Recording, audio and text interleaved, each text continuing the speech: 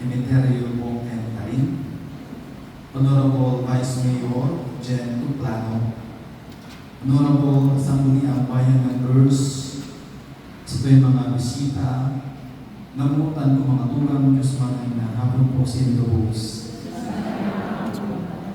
First time po na mag-recite sa karaoke setting, as in first time po na mag-bless kay ginayon na municipal building. Kadalasan ang mga God bless ng mga karaoke, o kaya mga estruktura, mga building, mga puno, mga obispo, kaya pura paro po. Inunita si Father Felix Mira, actually nakaw man sa banda, ako yung nag-assign niya na mag-recite as in mag-bless ni Biga Municipal Building. Kaya, it's an honor for me na pagpapasa na ako ng padi na turong taon. Kasi na as in, one month pasala ako yan sa Biga, as in, I am invited na mag-recite. Kaya, salamat po sa ito.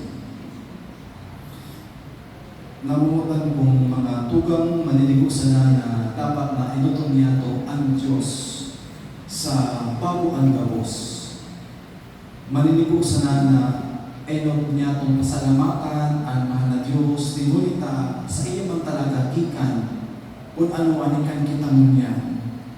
Ang Diyos, iyo ang dinikanan kan gabos na biyaya, siya ang dinikanan kan kapangyarihan, gabos na kapangyarihan asin siya ang ugat nin pagkasarado nin sa banwaan.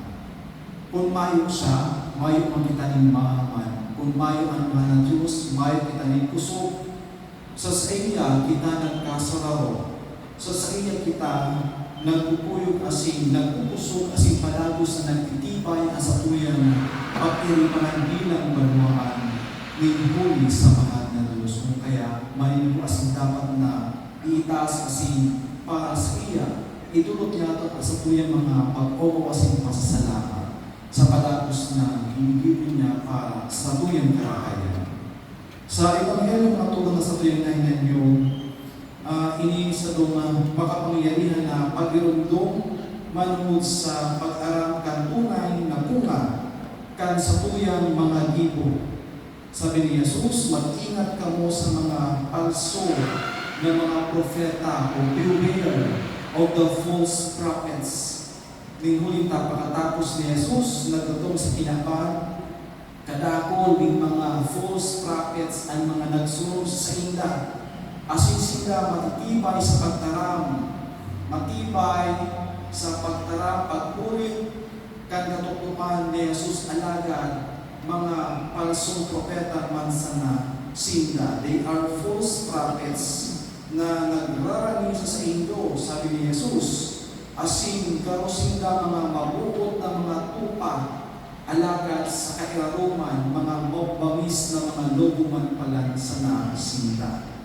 Ang minsan ni mga tugang napapanahon, asin angay, sa tuyang selebrasyon mo niyan, mantang abanapan, definition niya to, ini building na ini, asin magkakaikanin, off-taking and turnover ceremonies, asin welcome niya po yung mga bakbo ng mga elehido, ng mga opisyales kasapuyang banwa.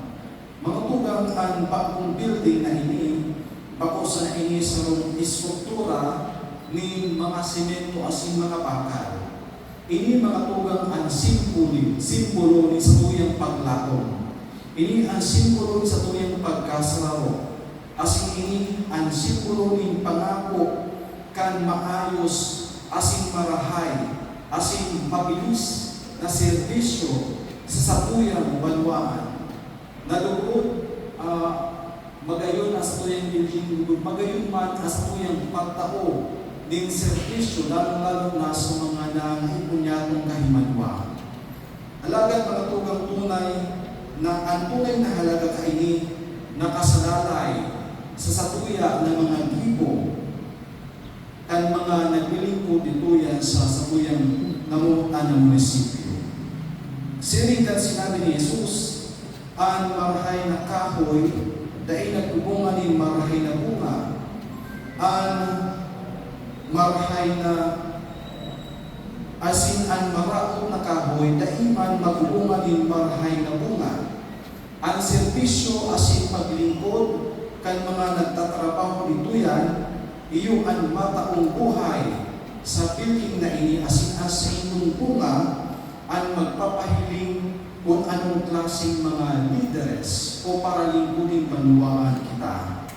Sa mga pisales, kamo po yung mga inapod, tanganin ng maglingkod na ikaning katapatan, ikaning karahayan, as ikaning integridad sa tuyang pagbanwaan. Ang mga tao, kami, kita gapos, mali kami mga observan sa inyong bunga, ang sa inyong mga desisyon, mga proyekto, asin mga pakihalubilo sa mga tao. Asin ano po iyo po ini? Ano po ang bunga kan sa inyong pagsilbi? Ano kaya yung magiging bunga kan sa tuyang paglingkod?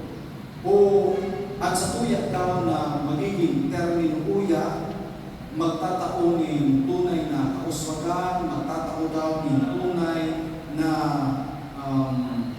pagtaunin na katarungan o kaya kauswagan o hustisya sa satuyang banwaan. Sa Ebanghelyo mga tugang, nagpapalundong ang tunay na leader, pakuksa na nabibisto sa tarang, kundi nabibisto man siya sa gibo, asin as niyang gibo nagtatao ng karahayan sa gabos, pakuksa na para sa mga tao na kaalyado, pakuksa na sa tao na kapamilya o kaalyado. Sa pagpindisyon ka, bigling mga tugang, maging banal luod ang kada espasyo, kada istruktura na ini, asin lukuli sa buhay niya o ang katutuan na sa tuyang kaburang na si Yesu Cristo. Lugod ang gamos ng mga naglilingkod sa gobyerno, tunay na maglingkod, asin maghimuha na gibuo na prioridad ang mga naipo, lalong-lalong na yung mga tao na asa na ilayan o kaya mga dahina ni nakakitulong ng mga tao. Tukutan niya ito na ang lambang desisyon niya ito, bindisyonan kan kakurangan, tangaling mahiling kan mga tao ang sa tuyang bunga, asin ang bunga na ini, iyong ang padagos na pag-uswag, pagbabako, asin lugod magbunga, ang sa tuyang mga gibo, kan paglao, asin tiwala, halag sa mga tao. Lugod, mga tuga ang biting na ini, asin ang gabos na naglilingkod iti, na lugod maging arog sa kahoy, duman sa Ebanghelyo, na nagtao din marahal na bunga na magpapakakan, asin masatisfy, kan gabos na panahipo, kan sa tuyang nauutan ng banwaan, tuyang sigiga. Lugod mga tugang sa pagpatapos niya po ang sa tanisa na ang mensahe ko sa inyo bilang pinadarako ni Father Felix Mira na lugod sa tuyang relasyon. We have na magkakaroon kita ng close relation pa na kung ano po ang may tatabang kan simbahan, yaon sa na po kami ng simbahan asin lugod maging bukas sa napo ang sa tuyang pagtibahan o ang tanganin na sa loob sa napo ang sa tuyang layunin, sa loob sa tuyang tanganin ng magka-iguanin, kauswagan sa tuyang banwaan ito yung sigiga. Kung kaya, kung ano po ang pwede niya kung nagtabang bilang simbahan, kaso kami sa koordinasyon asin partisipasyon ang magkaikaning pagkasawaro, kauswagan sa tuyang banwaan.